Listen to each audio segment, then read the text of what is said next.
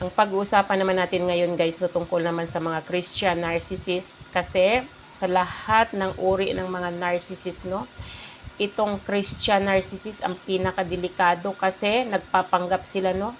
Ginagamit nila ang Diyos, ginagamit nila ang salita ng Diyos para mapagtakpan nila ang totoong pagkatao nila, no. Para maitago nila ang totoong kulay nila. Kaya nagtatago sila sa imahe ng Diyos, di ba? Gumagamit pa yan sila ng mga salita ng Diyos. At kadalasan pa sa mga Christian narcissist na to, no? Mga church leader pa ito sila, di ba? May mga ministry pa ito sila kasi itong mga narcissist na to, tulad ng sinabi ko, sila ay mga attention seeker. Ginagawa nila itong nagiging church leader sila or nagkakaroon sila ng ministry kasi gusto nila ng exposure. Gusto nila makakuha ng attention sa mga tao kasi alam nyo na kapag church leader, maraming mga church members, di ba, makakakuha sila ng attention sa mga members nila na nakikinig sa kanila, no? Kasi nga ito sila ay feeling magaling, feeling matalino para ipakita nila sa mga tao na sila ay magaling magturo, sila ay may sapat na pangunawa or may sapat na understanding sa mga salita ng Diyos, no? Pero deep inside, no, iba ang laman ng puso nila, mga evil desires ang laman ng puso nila kasi yung mga ginagawa nila ay hindi genuine yan. Ginagawa lang nila yung pagiging church leader dahil sa selfish ambition nila, di ba? Dahil sa selfish motives nila, no? Pinaalala yan sa atin sa Bible, no? Sabi dito sa Matthew chapter 7 verse 15, nakalagay dito, beware of false prophets who come to you in sheep's clothing, but inwardly they are ravening wolves. Ibig sabihin, no? Mag-ingat daw tayo dito sa mga nagpapanggap na alagad ng Diyos, no, na nagpapanggap sila na sila ay mabait, 'di ba? Nagpapanggap sila na sila ay mga alagad ng Diyos, no. Sila ay mga angel in disguise pero deep inside iba pala ang motibo nila, no. Itinatago nila yung totoong pagkatao nila sa pamamagitan ng pagpapanggap nila na alagad sila ng Diyos, sa pamamagitan ng pagpapanggap nila na mabait sila, no. Kaya mag-ingat tayo sa ganitong uri ng mga narcissist, no? Sila yung tinatawag na covert narcissist or mga narcissist na nagtatago sa tunay na pagkatao nila, no? Sa pamamagitan ng paglilingkod nila sa simbahan, sa pamamagitan ng pangangaral nila ng mga salita ng Diyos para ay hindi sila mahalata na sila pala ay mga narcissist. Pero guys, no, madali lang kilalanin kung ang mga church leader nyo or yung mga Christian na nakakasalamuha nyo sa simbahan ay mga narcissist sila, no? Tulad ng sinabi ko, kung ikaw ay nagpapanggap ka lang, no, itinatago mo yung tunay na pagkatao mo sa pamamagitan ng pagbabait-baitan mo, hindi mo maitatago ng panghabang buhay yan kasi hindi yan ang natural na pag-uugali mo. Lalabas at lalabas ang tunay mo na pag-uugali. Kung ikaw ay masamang tao, ilalabas mo rin ang tunay na kulay mo, ilalabas mo rin ang tunay na ugali mo, hindi mo maitatago ng panghabang buhay yang kunyari ay magpapanggap kang mabait, no, hindi mo yan maitatago ng habang buhay, no. Paano nga ba natin makikilala yung Christian narcissist, no? Unang-una na dyan, no, pansinin nyo guys kung paano sila makikisama or paano sila makikisalamuha sa kapwa nila Christian, sa kapwa nilang naglilingkod sa simbahan, no. Pansinin nyo kasi ang mga narcissist na to guys, no, hindi ito sila makikisama sa mga mabababang uri ng mga tao, no. Dumidikit ito sila or nakikisama ito sila sa mga tao na mga famous, sa mga tao na kilala kasi sa pamamagitan ng pagdikit nila sa mga famous na mga tao, nakakakuha sila ng exposure, nakakakuha sila ng atensyon sa mga kakilala ng famous na tao na yon. Kaya yon ang dinidikitan nila, yung mga tao na nakakakuha sila ng benepisyo, hindi sa mga tao na hindi kilala. Kung sila man ay nakikisalamuha sa mga mabababang tao, yan ay pakitang tao lamang, ayaw lang nila na mapahiya sila, no? Ayaw lang nila na mahuli ninyo or malaman ninyo ang totoong pagkatao nila, di ba?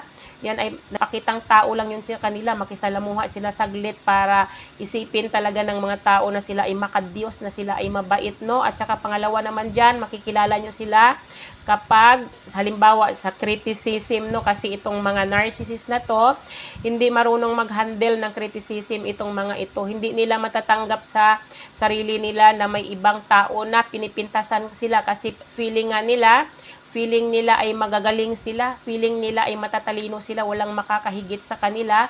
Kaya kapag pinintasan ninyo sila, asahan nyo mag-iiba ang aura ng mukha nila, mag-iiba ang mood nila, or halimbawa man maitago nila sa inyo ng panandalian, no?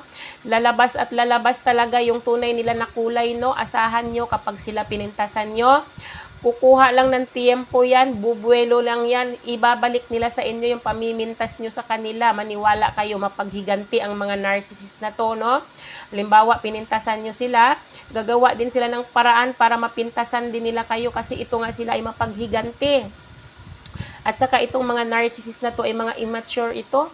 Kapag kumilos ito sila ay feeling feeling mga bata ba, mga isip bata, mga immature to sila. At saka pansinin niyo guys, no, makikilala niyo ang Christian narcissist kapag nakasalamuha niyo sila or nakakwentuhan niyo sila, tapos mapapansin niyo sa kanila, no, na ito sila ay mayayabang. Lahat ng accomplishment nila, lahat ng success nila sa buhay nila, yan ang lagi nilang binibida, no? Kung ano yung mga posisyon na meron sila, ibinibida nila yan sa mga kausap nila. Kaya diyan yung malalaman na ang Christian na nakakasalamuha niyo or ang church leader na nakakasalamuha niyo ay isang narcissist. Kung halimbawang sa pakikipagkwentuhan nila sa inyo ay puro sarili lang nilang kaganapan lang sa buhay nila ang ibinibida nila, no? Kasi sila, hindi to sila marunong makinig ng kwento ng iba kasi gusto nga nila yung atensyon lang ninyo ang kinakukuha nila. Ayaw nilang magbigay ng atensyon sa ibang tao kasi yung mga attention seeker sila, mga people pleaser nga to sila. At saka makikilala nyo ang isang Christian narcissist kapag pansinin nyo guys, halimbawa kailangan nyo sila, no? May pangangailangan kayo, kinakailangan nyo ng tulong nila, kung paano sila magre-respond sa pangangailangan nyo. Kasi nga tulad ng sinabi ko, ang mga narcissist ay walang empathy, walang pakikiramay sa kapwa. Ang mga narcissist ay walang compassion sa kapwa nila, wala yan silang awa, no? Halimbawa man, nangangailangan kayo ng tulong nila kapag may nakarinig na halimbawa, kinausap mo yung narcissist, nangangailangan ka ng tulong, maaaring mag-respond sila sa inyo kasi ayaw nga nilang mapahiya sa ibang tao, no? Iniingatan nila na huwag silang mapahiya sa ibang tao kasi nga napakalinis ng imahe nila sa ibang tao. Iniingatan nila yung imahe nila na huwag mapahiya, huwag madumihan yung imahe nila kasi ganun nga ang pakilala nila sa ibang tao, maaaring mag-respond sila. Pero deep inside, wala yan sa loob nila. Kung kayo lang dalawa ang nag-uusap nun, hingi kayo ng tulong, hindi kayo papansinin ng mga narcissist na to. 'Di ba? Hindi kayo papansinin ng mga narcissist na to kasi iba nga ang ugali nila, no? At saka pang-lima naman diyan ay pansinin niyo kung paano nila ginagamit yung scripture, yung mga salita ng Diyos, 'di ba? Kadalasan pa nami-misinterpret nila yung scripture, 'di ba? Nami-misinterpret nila yung pag-i-explain ng scripture kasi nga para maunawaan mo kung ano ang kahulugan ng mga salita ng Diyos, no? Kailangan nyo ng Holy Spirit para tulungan kayo na intindihin, magkaroon kayo ng understanding sa mga salita ng Diyos. Pero itong mga narcissist na to, dahil nga hindi naman talaga sila totoong alagad ng Diyos, pakitang tao nga lang, wala silang Holy Spirit na taglay, no? Kaya sila ay nagre-rely sa sariling understanding nila, kaya madalas nami-misinterpret nila yung scripture ni God, no? At saka minsan pa, pili lang ang mga ginagamit nilang scripture ay yung mga nagbe-benefit sila, no? Yung scripture na pwede nilang gamitin sa inyo, halimbawa, may karelasyon kayo na narcissist, no?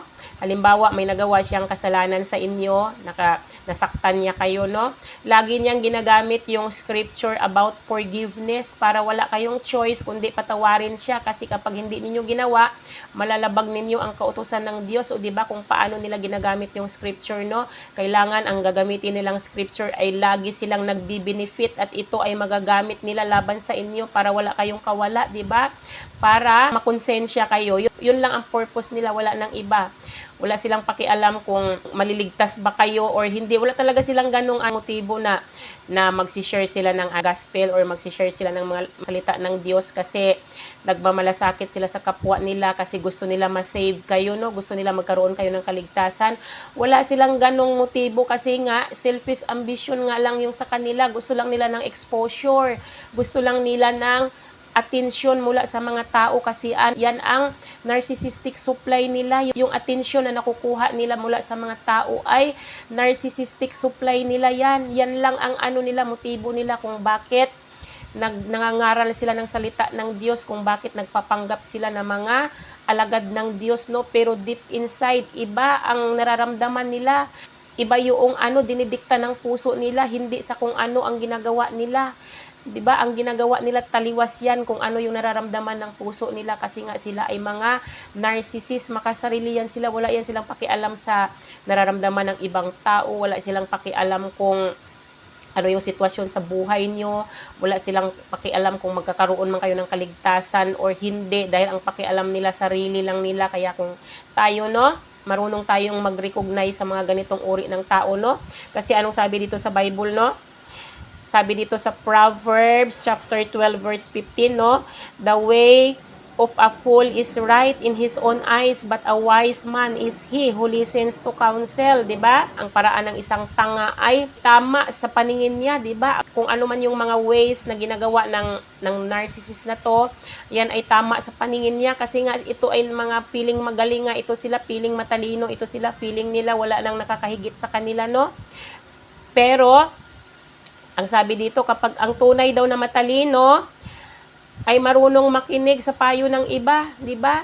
Kasi kung ikaw, tunay kang matalino, nagsisik ka ng karagdagang wisdom, nagsisik ka ng karagdagang kaalaman kasi bilang isang tao, hindi tayo perpekto, di ba? May mga kaalaman yung ibang tao na hindi natin alam. Kaya kung totoong matalino tayo, marunong tayong makinig sa payo ng iba para madagdagan yung wisdom natin, madagdagan yung kaalaman natin. Pero taliwas yan sa mga narcissist.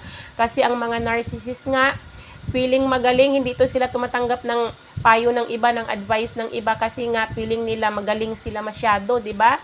Pero sa totoo lang, sa deep inside talaga ang totoong kulay ng mga narcissist ay ito'y mga fragile yan sila, mga mahihina yan silang klase ng tao. At saka ang katotohanan talaga, no, wala yan silang self-confidence kasi kung may self-confidence yan sila, hindi yan sila mai-insecure sa kapwa nila. Hindi yan sila maiinggit sa kapwa nila, di ba? Kasi ang mga narcissist na to, halimbawa, may mga tao sila na nakikilala or may mga tao sila na nakikitaan ng may mga nakakasalamuha silang tao tapos nakikitaan nila ng potential, no, na itong tao na to ay parang marunong or parang magaling, no. Ang ginagawa nila ay dinadrag down nila itong tao na to, sinisira nila kasi ayaw nga nilang malamangan. Ang ginagawa nila, nakikipag-compete sila pero hindi healthy competition yung ginagawa nila, sinisira nila yung tao na nakikitaan nila ng potensyal kasi ayaw nila na malamangan sila kasi nga gusto nila sila lang yung magaling, gusto nila sila lang yung maalam. Parang walang karapatan yung ibang tao na magkaroon ng sapat na kaalaman, walang karapatan yung ibang tao na maging magaling kaysa kanila. Yun lang ang motibo nila sa buhay nila. Makasarili nga sila, sarili lang nila iniintindi nila, wala silang pakialam sa ibang tao. Kaya dapat kayo marunong kayong mag-recognize ng mga church leader nyo or mga Christian na nakakasalamuha nyo, no? Kasi pa naman, pag mga church leader, akala nyo talaga tama yung mga pinipreach nila sa inyo, no? Hindi nyo alam na misinterpret pala nila yung mga scripture na ginagamit nila, no? Para magiging dahilan na magkasala din kayo, no? Matulad kayo sa kanila na sila ay mga nagpapanggap lang naman yan sila ng mga alagad ng Diyos, no? Yun siguro talaga ang purpose nila, kaya minimisinterpret nila yung mga scripture ni God para ang mga nakikinig sa kanila ay magkasala, no? Para makalabag sa kautusan ng Diyos. Kaya advice ko sa inyo, no? Para hindi kayo malinlang ng mga narcissist na church leader, hindi kayo malinlang ng mga Christian narcissist, no? Matuto kayong magbasa ng Bible, kumuha kayo ng copy ng Bible nyo, magbase kayo sa Bible sa lahat ng mga decisions na gagawin nyo sa buhay nyo para hindi kayo magkasala sa Diyos, no? Hindi kayo maligaw ng landas, no? At hindi kayo malinlang ng mga kampon ni Satan, di ba? Kasi tulad ng sinabi ko, ang Bible ay guide natin yan para tayo ay gumawa ng tama sa buhay natin. Gumawa tayo sa pang-araw-araw nating pamumuhay na magbase tayo sa mga salita ng Diyos para hindi tayo makalabag sa kautusan ng Diyos, no? Para hindi tayo magkasala sa Diyos, para balang araw makamtan natin yung eternal life na promise ni God sa atin, na ipagkaloob niya sa atin, basta tayo ay namuhay ng tama sa mundong ito, basta tayo ay sumunod sa kautusan niya, no?